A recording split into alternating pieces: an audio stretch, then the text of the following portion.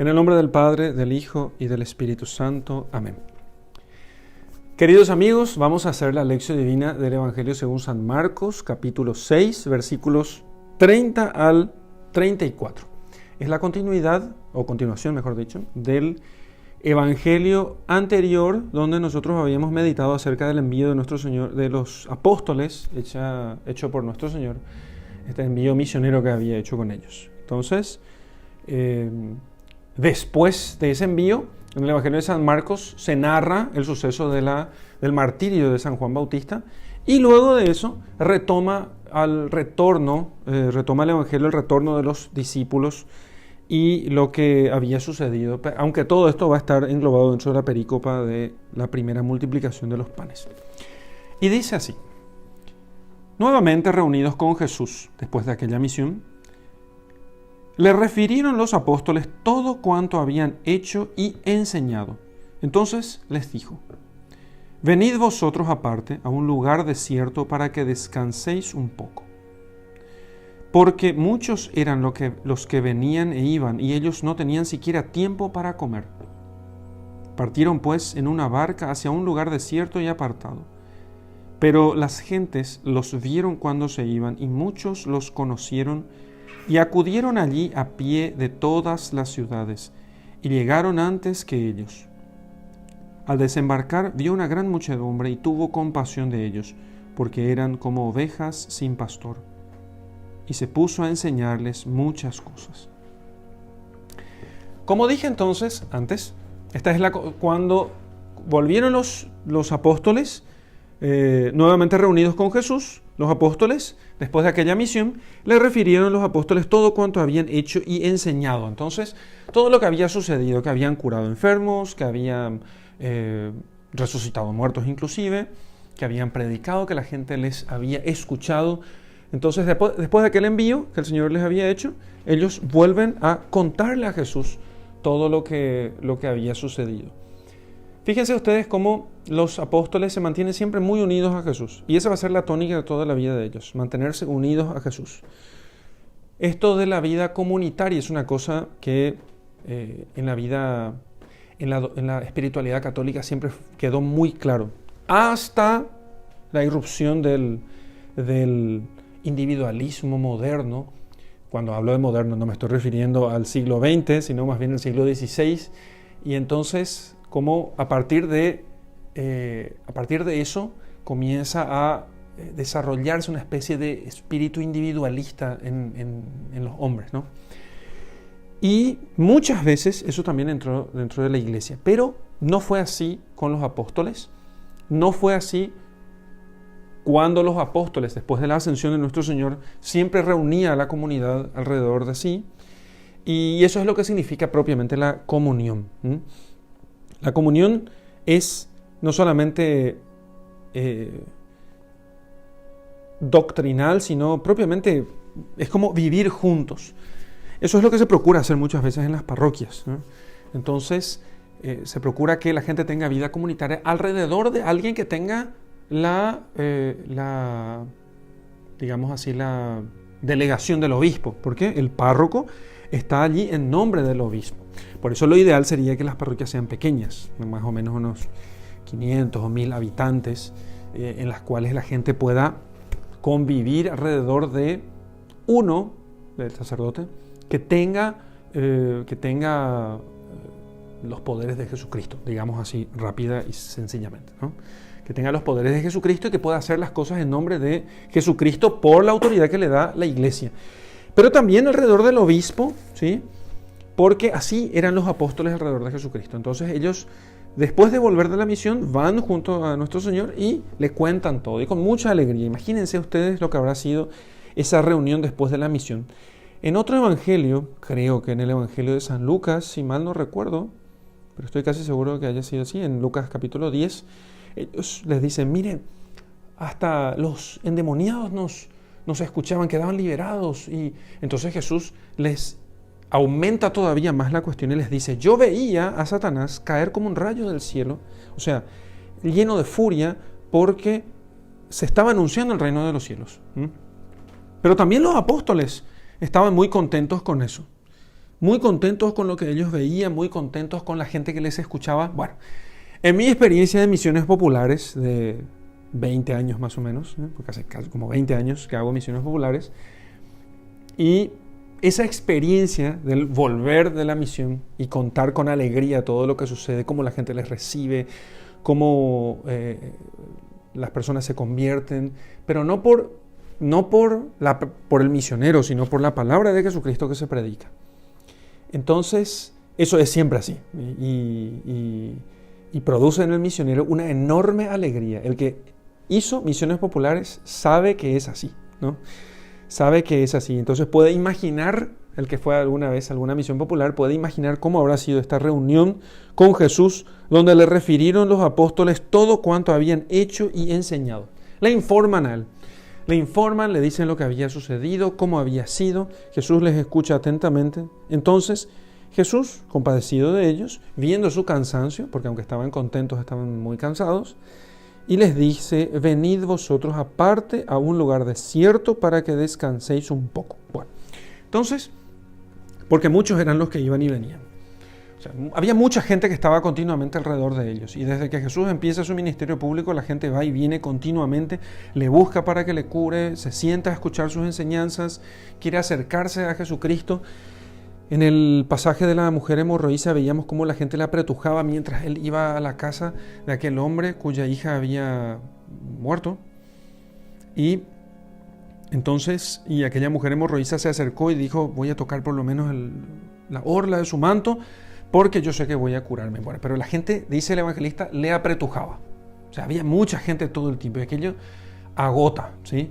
Entonces el Señor les dice: venid vosotros aparte, a descansar, a un lugar desierto para descansar. Dos cosas tenemos aquí en este versículo. Lo primero, que aunque nuestro Señor es Dios, Él dedicaba un buen tiempo de su día al descanso.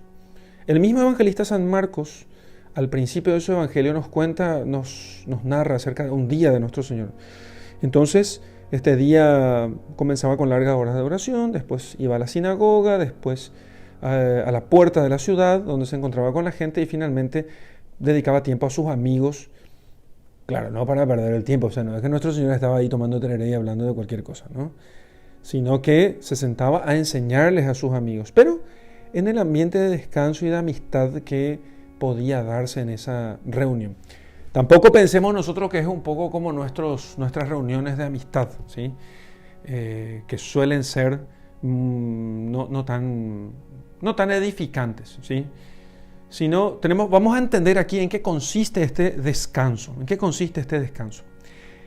Y para eso, la idea de nuestro Señor de llevarle a los apóstoles, a sus discípulos, al desierto para descansar, uno dice: bueno, muy lindo, vamos a descansar, pero ¿dónde? En el desierto. Y entonces podemos preguntar: ¿en el desierto? ¿Por qué no en un parque, en un jardín o lo que sea? Porque esto tiene un significado dentro del contexto de las Sagradas Escrituras. El desierto, en primer lugar, es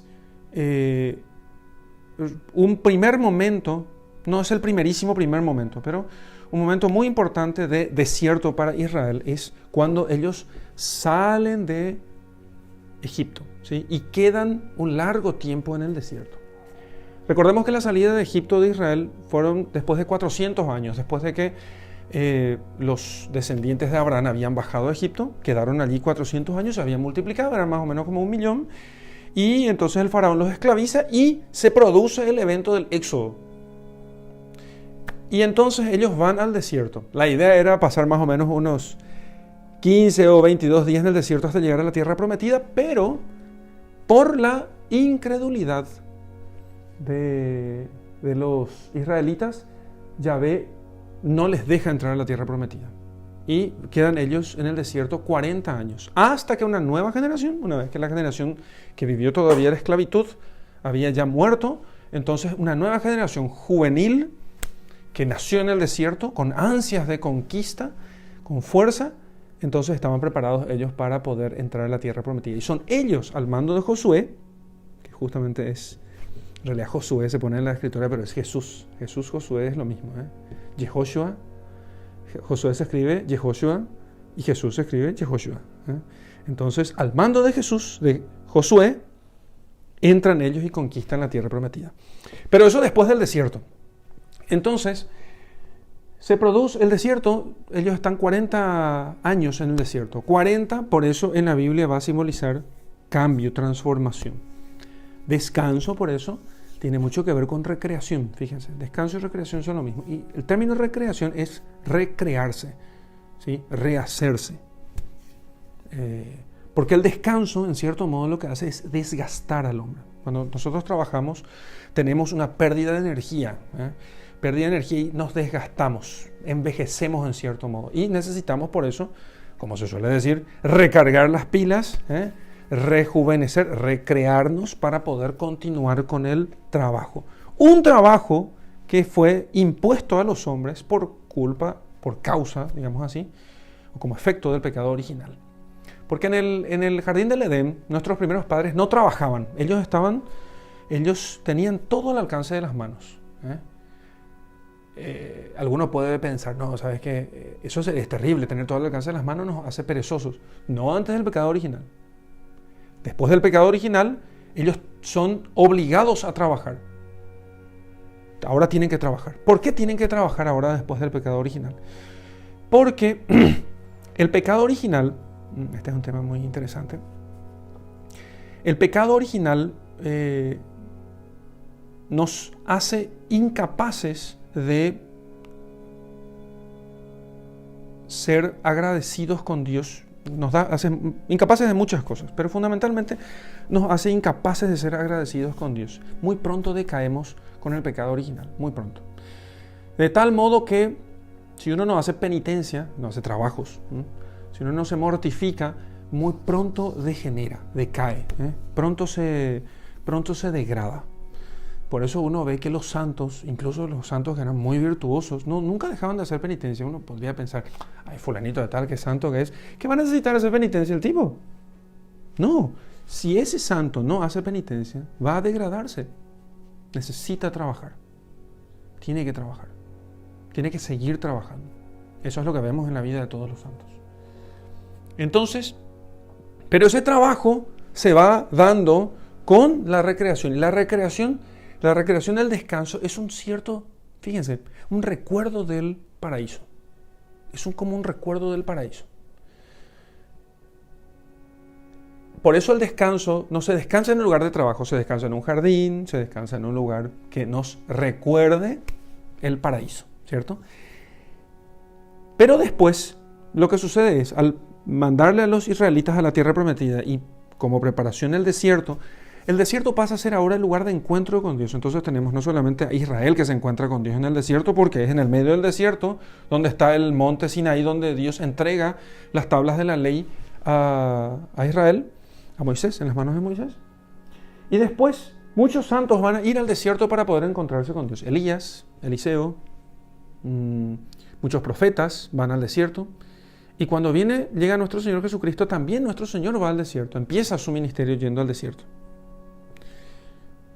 Y luego lleva al descanso a sus discípulos también al desierto. Aparente contradicción, porque parece que el desierto es por un lado trabajo, porque no es como el paraíso, y sin embargo por otro lado también se le lleva a los hombres a encontrarse con Dios en el desierto. ¿Cómo podemos encajar estas dos cosas aquí? Y lo que podemos decir es lo siguiente, que donde se planta la cruz, fíjense, el mundo ha quedado desertificado, desertificado por el mal uso que le da los hombres a la tierra. La tierra es mal utilizada. Los ecologistas principalmente son los que hablan mucho de estas cosas, que cuando se mal utiliza la tierra se da un proceso de desertificación, ¿sí? Entonces la tierra se desgasta y se puede producir un proceso de desertificación. De hecho, hay tierras que en otros tiempos, en la antigüedad, eran lugares floridos, muy fértiles, y hoy son grandes desiertos. Pero, fíjense ustedes, allí donde se planta el árbol de la vida, allí esa tierra vuelve a rejuvenecerse.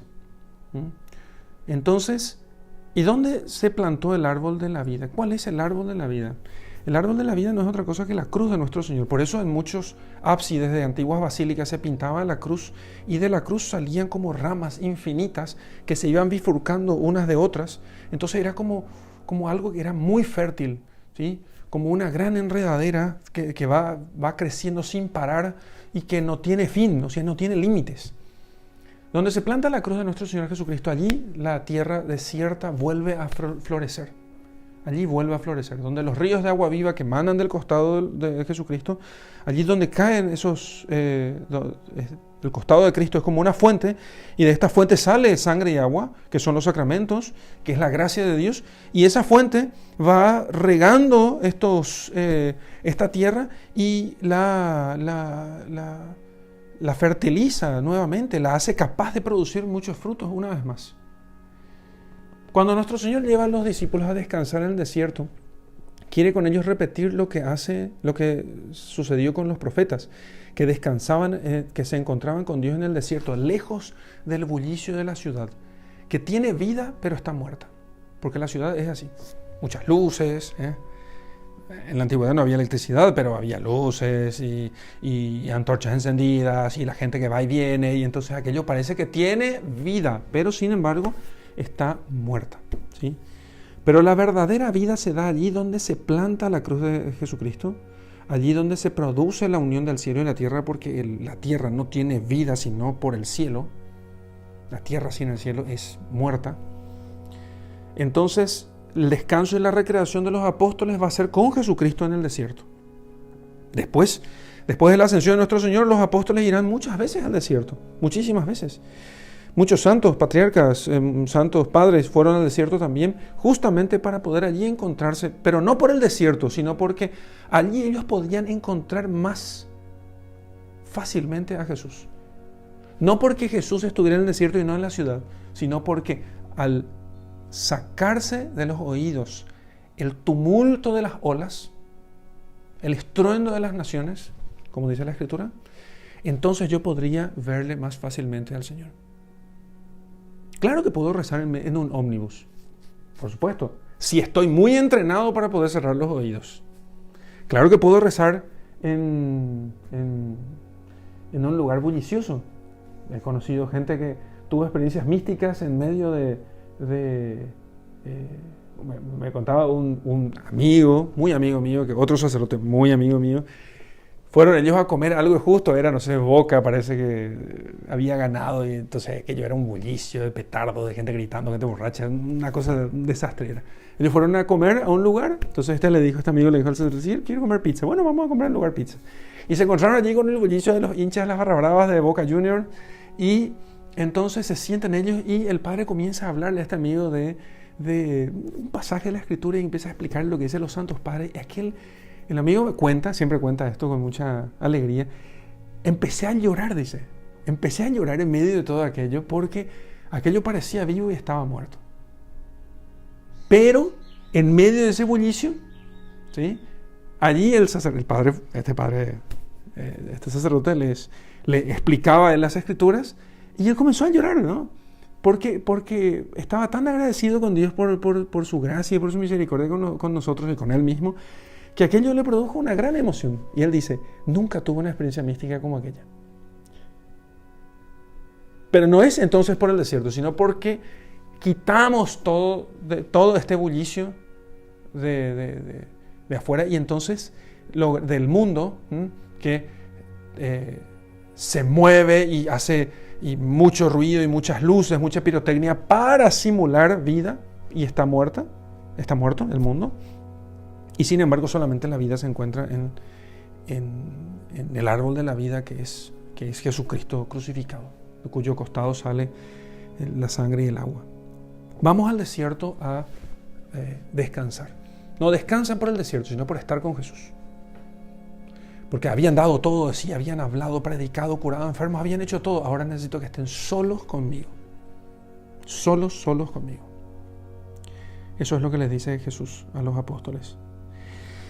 Continuamos. Entonces, y porque muchos eran los que venían e iban, y ellos no tenían siquiera tiempo para comer, dicen. Entonces necesitaban comer, descansar y escuchar a Jesús. Y entonces no tenían tiempo ni siquiera para alimentarse. Y no solamente del pan material, también del pan supersustancial, de la Eucaristía, y del pan vivo que era Jesucristo, que se les daría a ellos en comida.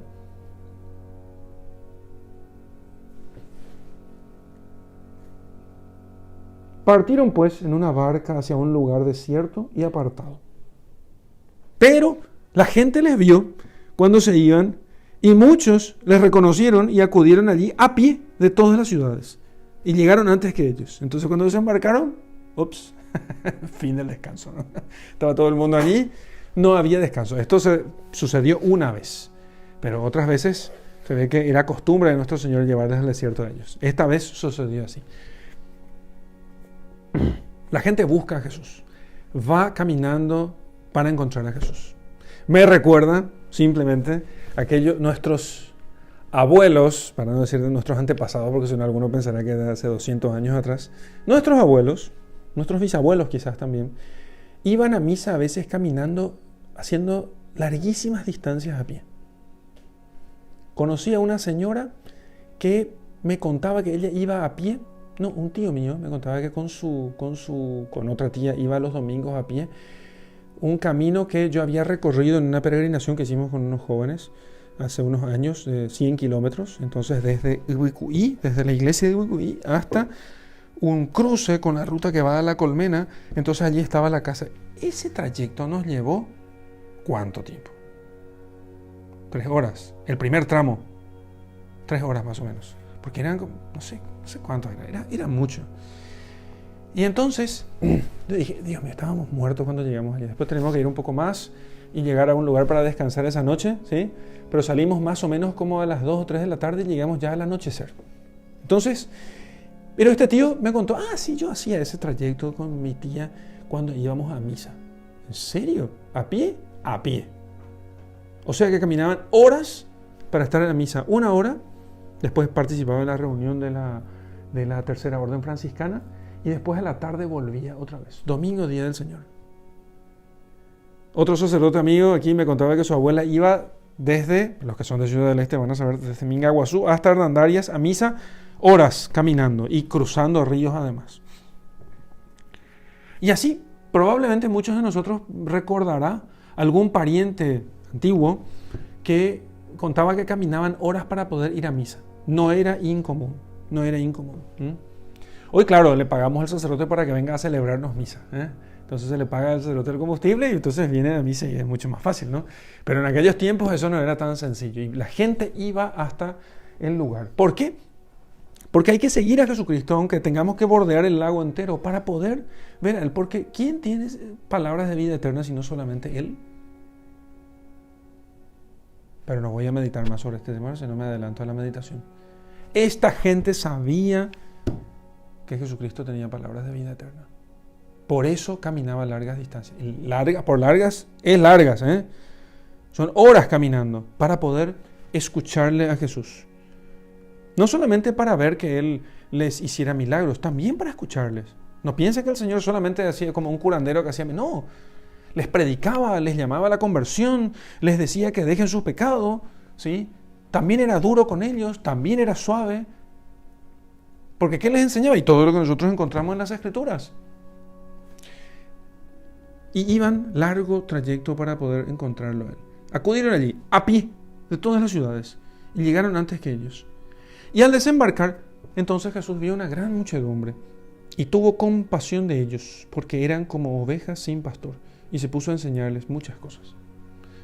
Fíjense ustedes que esa es la compasión que muchos santos imitan cuando procuran atender a la gente, sea la hora que sea. Es cierto que el Señor reconoce el derecho del apóstol de poder descansar, ¿sí?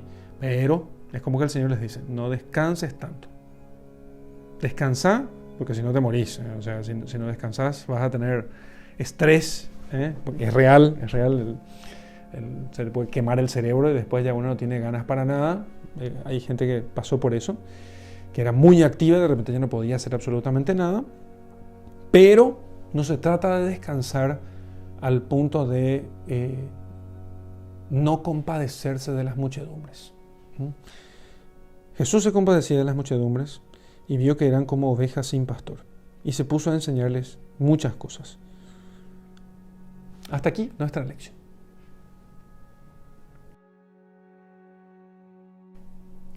Bien, vamos a pasar a la meditación de nuestro texto ahora, ¿sí? Bien, entonces hemos ya visto muchas imágenes acerca del desierto, el descanso y el trabajo y cómo funciona todo este tema. Digamos lo siguiente, es muy importante para el apóstol y no solamente para el apóstol, para cualquier persona, la recreación. Pero la recreación es el descanso, la recreación debe ser siempre algo en lo cual nosotros nos apartemos del bullicio del mundo y nos reconectemos, digamos así, con Dios. Porque ese es el punto fundamental. Al trabajar en la tierra y hacer todo un montón de... Trabajar la tierra, digo, al trabajar, ¿sí? Entonces imagínense un agricultor que tiene que ir a trabajar a la tierra y hacer que ella produzca. Eso lo hace el apóstol, lo hace el trabajador, el obrero, el empresario. Tiene que hacer que produzca la tierra, ¿sí? El apóstol hace que produzca la tierra porque la tierra son sus oyentes, la gente que le escucha a él. Y después tiene que volver a su casa siempre. Ese retorno a la casa es muy importante. Y el retorno a nuestra casa, el retorno al paraíso, es siempre un retorno de unión con Dios, ¿sí? De unión con Dios. Porque nosotros trabajamos por separarnos de Dios, fíjense ustedes. ¿Por qué se impone el trabajo al hombre? Porque se separa de Dios. Entonces, al terminar el trabajo, es necesario, cualquier trabajo que sea, volver otra vez a unirse con Dios, ¿sí? Siempre el descanso es la unión con Dios. Entonces, mis hermanos de comunidad tienen la costumbre, yo no adquirí esa costumbre, pero me edifica mucho siempre ver en ellos, ellos suelen poner en su cama un crucifijo. Siempre tienen un crucifijo de cama, le llamo yo. Entonces, ellos tienen una cruz que la dejan sobre la cama. ¿Saben lo que significa? Yo creo que muchos de los que hacen no saben, o no imaginan por lo menos, pero es el cumplimiento de aquel salmo que dice que te alabo, Señor, despierto o durmiendo, ¿sí? O sea, toda mi vida, no es que porque yo estoy ahora inconsciente y desconectado del mundo, yo no pienso en ti, sino que siempre pienso en vos. Santa Teresa de Jesús tenía la costumbre y recomendaba que uno no haga sus oraciones finales, no vaya a la cama demasiado cansado, de tal modo que uno pueda tener alguna energía para poder pensar en algo de Dios, de tal modo que el último pensamiento del día sea un pensamiento acerca de las cosas de Dios. Entonces, en algunas congregaciones antiguas había la costumbre de que se preparaba de noche la meditación para la mañana, porque a la mañana tenían tiempo para hacer meditación. Santa Faustina Kowalska tenía esa costumbre. Entonces, cuenta en su diario la vidente de la Divina Misericordia, que de noche, alguna vez se le apareció, tuvo visiones de Jesús misericordioso en ese momento, pero de noche, antes de acostarse, preparaba los puntos de su meditación. Qué sé yo, agarraba la Biblia, algún libro espiritual y escribía los puntos. Con esos pensamientos iba a la cama. De tal modo que también su descanso sea para gloria de Dios. O sea, su descanso y su trabajo. Y nosotros generalmente solemos hacer que el descanso sea una especie de desconexión de todo, Entonces en el seminario solían decir que cuidado con las vacaciones, que sean vacaciones, no sean vacaciones a la vocación, porque los muchachos, algunos iban de vacaciones en el seminario de formación sacerdotal, ¿no? Y durante ese tiempo no iban a misa, mala señal, ¿no? No van a misa, no rezan, no hacen absolutamente nada. Claro, para resolver ese tema, los formadores solían mandar de vacaciones a los seminaristas a una parroquia, entonces de allí iba a la casa de sus padres, quedaba algunos días allí. Entonces, peor todavía sucede con aquellas personas que van en Semana Santa a desconectarse de todo, cuando justamente en esos tiempos tendrían que descansar el trabajo de este mundo, del trabajo que necesitan para poder sostenerse, y dedicar tiempo a la oración para poder reconectarse otra vez con Dios. No van al desierto, se cambian de ciudad nada más. Entonces, si yo salgo de una ciudad, del bullicio, me voy a otro bullicio, ¿se dan cuenta? No hay recreación. Al contrario, hay un desgaste continuo que hace que la persona después digamos así, ya no sepa quién es. Ya no sepa realmente quién es.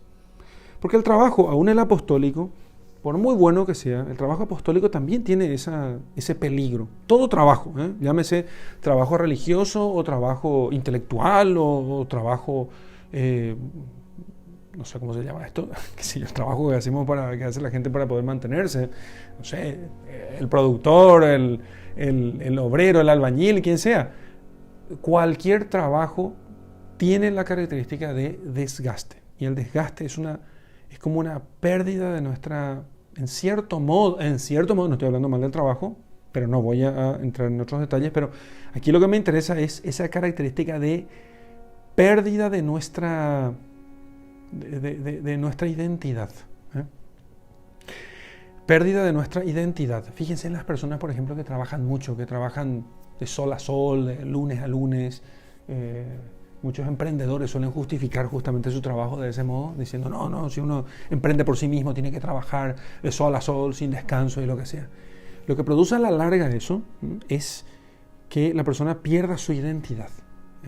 Y no estoy diciendo que pierda su cédula de identidad, estoy diciendo que pierde la noción de quién es él. ¿Sí? De quién es él. Entonces tarde o temprano tiene que tomarse unas largas vacaciones, dejar de trabajo, cambiar de trabajo o lo que sea, porque no ha sabido, porque aquello se metió tanto en ese tema que él olvida a quién es. Les pasa, me puede pasar a mí, yo puedo decir también que también sufro de ese peligro por mi personalidad, entonces trabajo muchísimo, hago 1000 cosas, claro, todos mis trabajos son de orden, digamos, sobrenatural. Pero yo no puedo dejar de tener el tiempo de desierto con Jesús. Recuerdo que en el seminario, mi formador, un santo varón, me decía lo siguiente, nos enseñaba a hacer lección divina, y entonces yo estaba tratando de encontrar justificaciones apostólicas, activas para esto que estamos haciendo, ¿no? Entonces en la primera hice la lección y yo lo que hice en la primera meditación, yo comencé a hablar de, y esto es muy importante para todos los que siguen esta lección, comencé a hablar de lo que yo podía enseñarle a la gente. Y entonces él me dijo, no, espera un ratito, vos vas a hacer la lección del lunes a sábado del texto del domingo, como hasta ahora solemos hacer en la comunidad. De lunes a sábado haces la lección divina del texto del siguiente domingo. Y yo le dije, ¿es para preparar la homilía? Trabajo, otra vez, ¿no? No, ¿qué preparar la homilía? La homilía vas a preparar el sábado de noche antes de acostarte. Y el resto del tiempo, y vas a pensar en qué Jesús te dice de vos. Porque a vos te está hablando. Ese es tu tiempo de desierto por el cual te habla a vos. A vos te está diciendo, a vos te está hablando. Después vas a preparar tu trabajo, en otra hora, o durante el día, en otro momento. Lo que no podés hacer es hacer lección divina para saber qué decir a la gente. Entonces, la lección divina que nosotros estamos haciendo y que venimos haciendo ya hace bastante tiempo, no lo estamos diciendo para saber qué decirle y qué enseñarle a la gente. Es para escucharle a Jesús. Y de eso, de 100 cosas que escuchamos de Jesús, 99 son para nosotros y 1% es para que salgamos nosotros a decirle a los demás. Los maestros de oratorio solían decir que uno tiene que, por cada hora de discurso, tendría que estudiar por lo menos 3 horas. O sea, 3 horas de estudio, 1 hora de discurso. ¿Sí? Y fíjense ustedes, para que nosotros podamos hacer el bien, no solamente el apóstol que tiene que predicar, sino también un padre de familia, el empleado, el jefe, el patrón, para hacer el bien también necesita de ese tiempo de unirse con la fuente de su ser, porque nosotros no tenemos nuestro ser por nosotros mismos. La fuente de nuestra existencia, de nuestro ser, es Dios. Y aunque yo dejara de pensar en Dios por el resto de mi vida, y ahí está el tema, si yo dejo de pensar en Dios por el resto de mi vida, yo sigo conectándome a Él como fuente de mi ser, pero no psicológicamente. Es como decir que Dios está aquí a mi lado, pero yo no percibo su presencia. ¿Entienden? Y eso es lo que pasa con la mayoría de las personas. Porque descansan saliendo de un bullicio al otro. De un bullicio al otro. Entonces, domingo duermen más, por ejemplo. No, domingo voy a aprovechar y descansar y dormir más. El descanso no consiste en dormir más, diré. No digo que alguna vez no puedan dormir un poquito más, pero hay un mínimo o un máximo que nos pone el Señor como necesario para el descanso del sueño. El resto ya es bullicio de la carne. El resto ya es bullicio de la carne. Piensen, por ejemplo, las veces que descansaron de más, como aquello no es muy frecuente que cuando uno duerme de más, termina despertándose con pensamientos impuros. Por ejemplo, no prueben, les cuento cómo funciona. Entonces, si uno duerme de más, por eso, por ejemplo, se sucedía este tema, en la Biblia le llaman el demonio meridiano. ¿Qué es el demonio meridiano? Aquí llamaban los monjes el demonio meridiano. Y bueno, al mediodía, después del trabajo, después del almuerzo, la gente iba a su celda y algunos se tomaban una siestita. Algún monje se tomaba una siestita de más. Entonces, como es un descanso bullicioso, no es el silencio con el cual nosotros procuramos escuchar a Dios, sino es un descanso bullicioso. Entonces, era muy frecuente que uno tuviera deseos o pensamientos impuros después de ese descanso excesivo. Porque es la carne la que está reclamando tiempo y atención. Es la carne la que está exigiendo un poco más. Entonces, uno puede recuperar las energías, pero no puede darle gustos a la carne porque no podemos olvidar que nosotros estamos marcados por la concupiscencia. O sea, por el pecado original, que debilitó la carne. Entonces, la recreación no puede ser excesiva. Nunca puede ser excesiva. La recreación no puede ser excesiva. Debe ser medida. ¿Sí? Y la medida de la recreación es siempre la gloria de Dios. Siempre la gloria de Dios. Con eso no les digo que no viajen, qué sé yo, pero lo que no podemos pensar es que el descanso consiste simplemente en apartarse de todo para la nada. ¿Entienden? Entonces la gente quiere pensar que el descanso consiste en apartarme de todo e ir a la nada, ¿sí? Entonces, pero eso no funciona así. El descanso, la recreación consiste en que volvamos al paraíso. Volvamos al paraíso. O sea, volvamos a caminar en el medio del jardín, en la brisa de la tarde y encontrarnos con Dios. En la brisa de la mañana o de la tarde, ¿no? Que son las horas en que dice el Génesis que Dios visitaba a Adán y Eva en la brisa. Entonces eso es lo que después pasó a ser la oración de la mañana y la oración de la tarde, laudes, vísperas, la brisa de la mañana y la brisa de la tarde. Entonces, y tenemos que hacer un serio examen de conciencia, principalmente los que tenemos esta personalidad de trabajar y no descansar.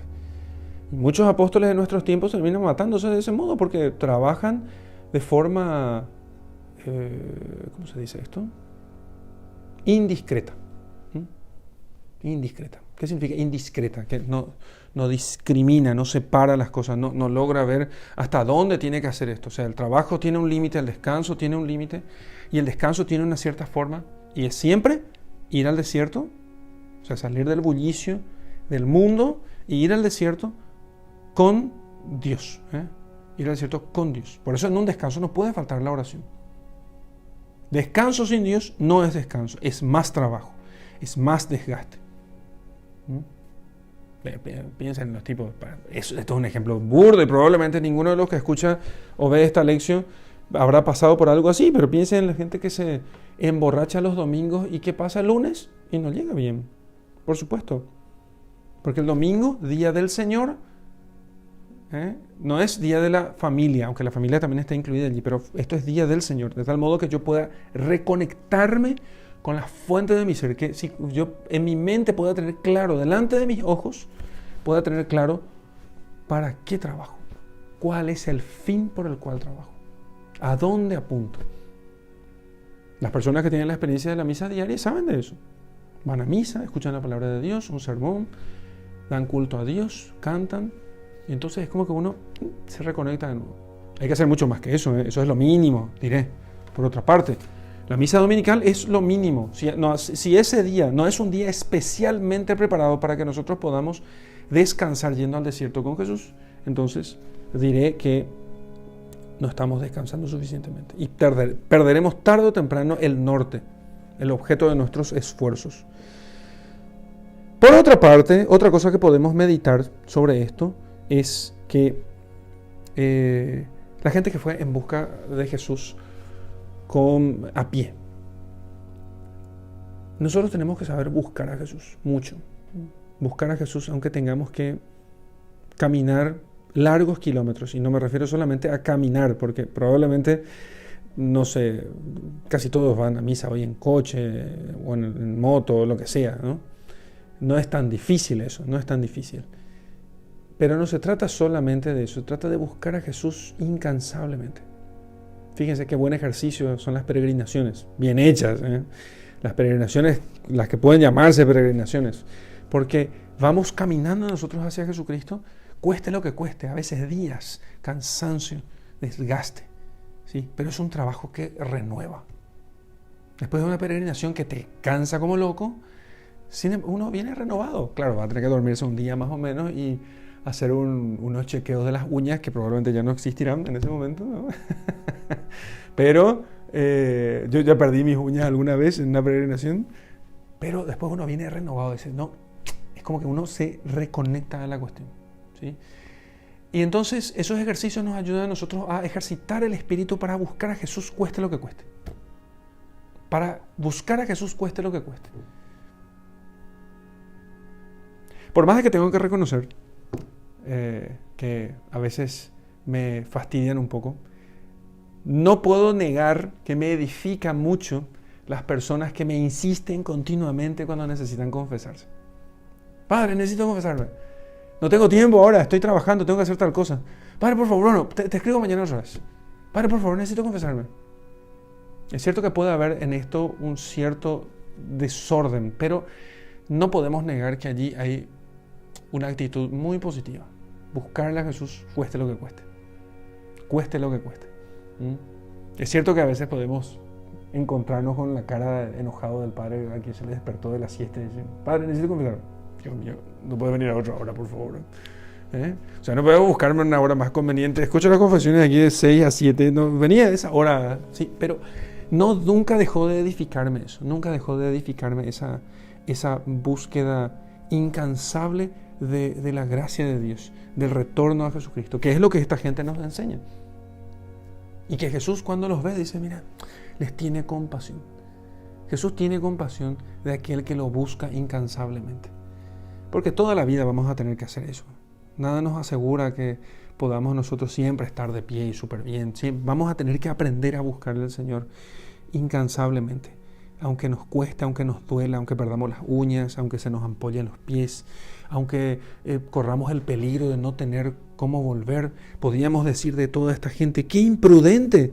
Porque en el versículo siguiente dice que ya siendo la hora muy avanzada, sus discípulos se acercan y le dicen, el lugar es desierto, ya es tarde, no hay que comer. ¿Fue imprudente esta gente? Según la carne, imprudente.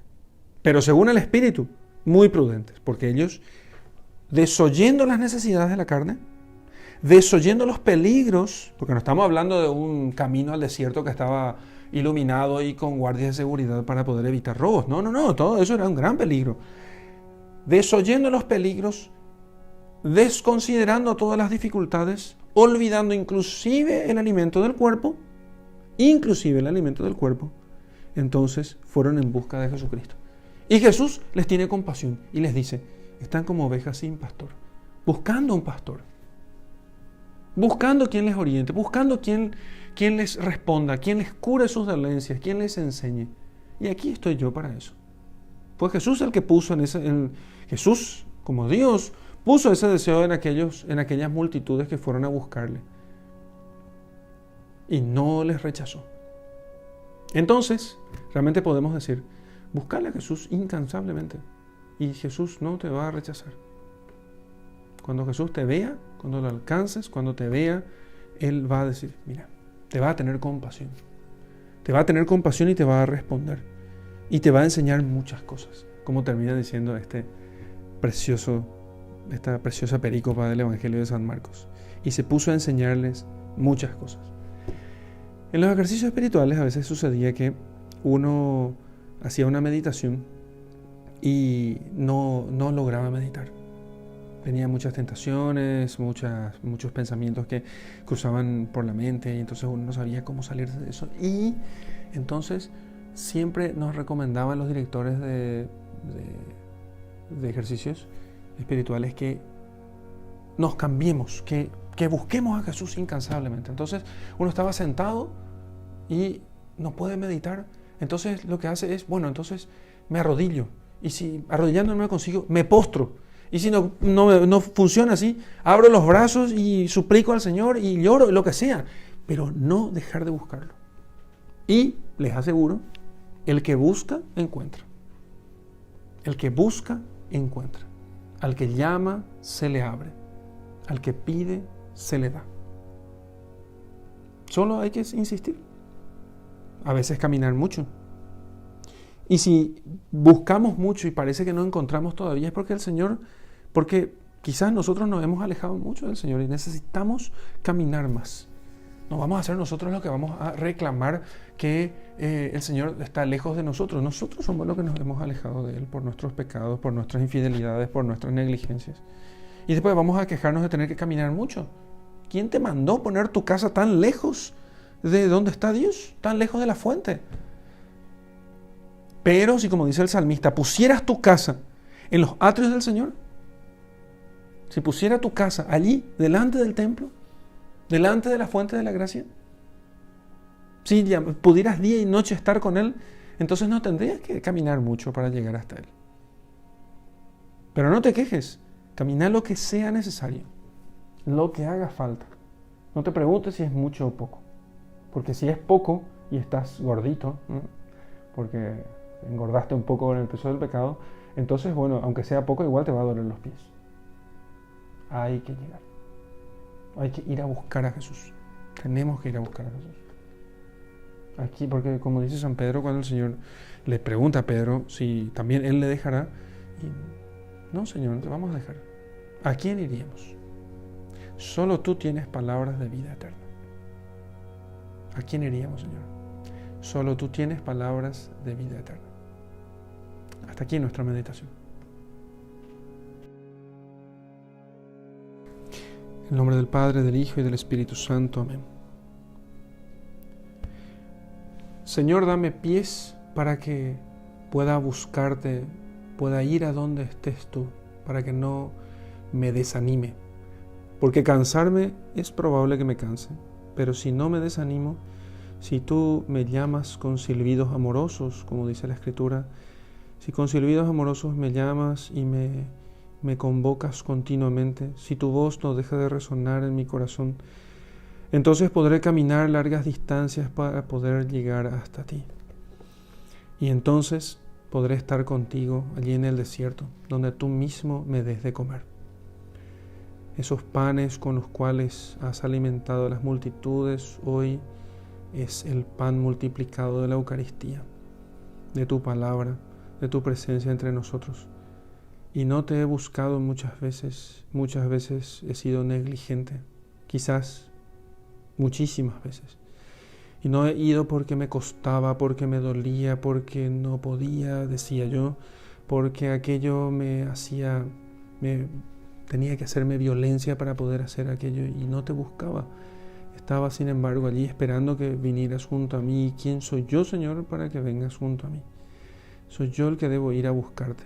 Soy yo el que debo herir estos pies con los cuales fui corriendo al pecado antes. Ahora debo herirlos para poder llegar hasta ti.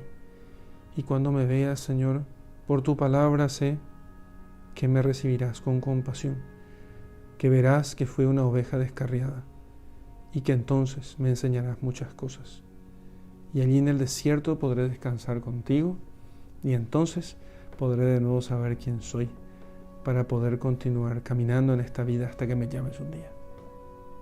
Gloria al Padre y al Hijo y al Espíritu Santo, como era en el principio, ahora y siempre, y por los siglos de los siglos. Amén. Para la contemplación de esta hermosa lectura que acabamos de meditar, vamos a hacer lo siguiente, ¿sí? Quiero que te imagines, porque claro, hay que hacer una contemplación intelectual de todo esto, cuánto tengas que caminar. Si alguna vez hiciste una peregrinación, va a ser muy fácil. Si no lo hiciste, quizás te cueste un poco más. Quiero que imagines los profundos valles, las montañas que tenés que cruzar, los desiertos que hay que atravesar para poder llegar a Jesús. Que te imagines todo eso, que te veas cansado, pero no imposibilitado. Porque una cosa es estar cansado, otra cosa es estar imposibilitado. A veces la gente dice, ya estoy cansado. Esa no es la pregunta. La cuestión no es esa. La pregunta no es si estás cansado. La pregunta es si podés seguir. Podés estar cansado, pero eso no significa que no puedas seguir. Entonces, quiero que te imagines caminando largas distancias, numerosos días para llegar a Jesús. Y quiero que pienses cuántas veces no hiciste poquísima cosa para acercarte a Él. Porque Jesús no es que esté tan lejos de nosotros. Muchas veces no tenemos que caminar tan largas distancias. Es bueno que por eso de vez en cuando hagamos una peregrinación para poder, aunque sea de ese modo, compensar tantos cristianos durante tantos siglos que hicieron tanto sin quejarse. Medita en los caminos que tenés que hacer para poder llegar a Jesús. Los grandes valles de tus miserias, las grandes montañas de tu soberbia, ¿sí? Los grandes fangos esterales de tus pecados. Todo lo que tengas que cruzar, con tal de que llegues a Jesús. Y te dejo con mi bendición. En el nombre del Padre, del Hijo y del Espíritu Santo. Amén.